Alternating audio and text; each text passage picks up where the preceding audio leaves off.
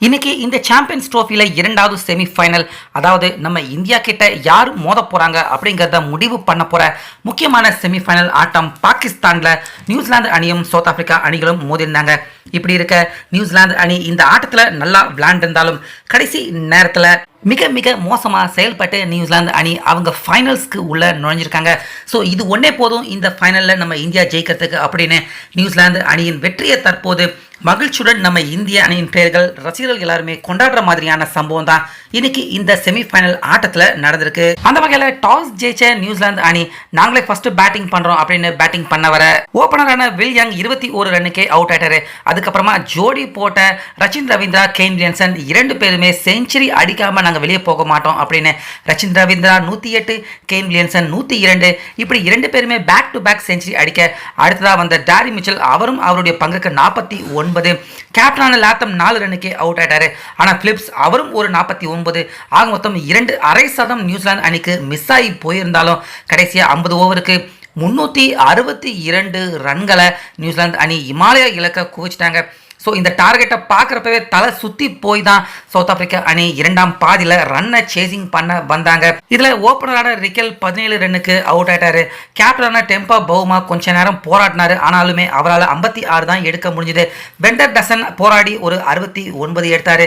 Markram கூட 31 run தான் எடுக்க முடிஞ்சுது. ஆனால் பெரிதும் எதிர்பார்க்கப்பட்ட ஹென்ரி கிளாசன் சிக்ஸர் அடிக்கிற அப்படின்னு 3 ரன்லேயே கேட்சை கொடுத்து அவரும் அவுட் ஆயிட்டாரு. அடுத்து David Miller, murder, Marco Jansen இப்படி எல்லாருமே போராடி பார்த்தாங்க.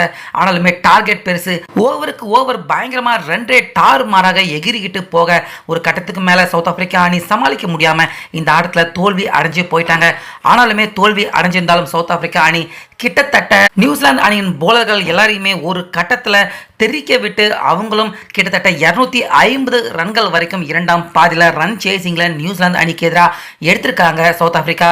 ஸோ அதனால நியூசிலாந்து அணி இந்த ஆட்டத்தில் அவங்க ஜெயிச்சிருந்தாலும் சவுத் ஆப்பிரிக்கா அணியின் பேட்ஸ்மேன்கள் எல்லாருமே நியூசிலாந்து அணியின் போலர்களை கடுமையா பயங்கரமா தாறுமாறா கதற விட்டுட்டாங்க. அந்த வகையில் நியூசிலாந்து அணி தற்போது அவங்க ஃபைனலுக்கு குவாலிஃபை ஆயிட்டாங்க. மீண்டும் இதுக்கு முன்னாடி நடந்த துபாய் இன்டர்நேஷனல் கிரிக்கெட் ஸ்டேடியத்தில் தான் நம்ம இந்தியாவும் நியூசிலாந்து அணியும் இந்த ஞாயிற்றுக்கிழமை ஃபைனலில் மோத போறாங்க. நியூசிலாந்து அணியின் போலிங் மிகப்பெரிய ஒரு கேள்விக்குறி அப்படிங்கிறத சவுத் ஆப்பிரிக்கா அணி அவங்க உணர்த்திட்டு தான் அவங்க தற்போது இந்த சாம்பியன்ஸ் ட்ரோஃபியை விட்டு வெளியே போயிருக்காங்க. அந்த வகையில் நியூசிலாந்து அணியின் இந்த ஒர்ஸ்டான போலிங்கை பார்த்த நம்ம இந்திய அணி எல்லாருமே தற்போது சற்றே மகிழ்ச்சி அடைகிற மாதிரியான ஒரு சம்பவம் தான் இந்த செமிஃபைனல் ஆட்டத்தில் தற்போது நடந்திருக்கு. அதனால கண்டிப்பா நம்ம இந்தியனின் பேட்ஸ்மேன் எல்லாருமே ஈஸியா நியூசிலாந்து அணியை எதிர்கொள்வாங்க அப்படிங்கிற மாதிரி தான் தெரியுது. ஸோ கடைசியா ஓவராலா மீண்டும் நியூசிலாந்து அணியை அதே மைதானத்தில் நம்ம இந்தியாவுக்கு எதிராக ஃபைனல் ஆட்டத்தில் ஞாயிற்றுக்கிழமை மோத இருக்காங்க.